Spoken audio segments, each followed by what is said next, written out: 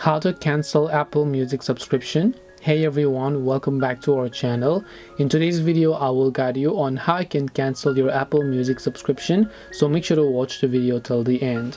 If you want to actually cancel your Apple Music subscription from your iPhone, it's more easy to do. So for this, because your Apple Music is linked to your Apple ID, you can simply open up settings and make sure that it is the correct Apple ID from where you have the subscription.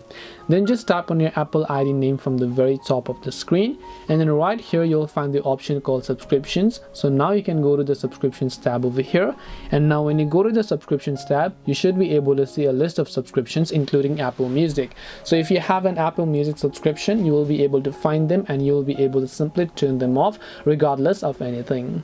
This way you will be able to go ahead and then basically cancel your Apple Music subscription. Hope this video was very helpful. If you have got any more questions, then feel free to leave them down below. Thank you for watching till the end of this tutorial, and see you soon in the next video.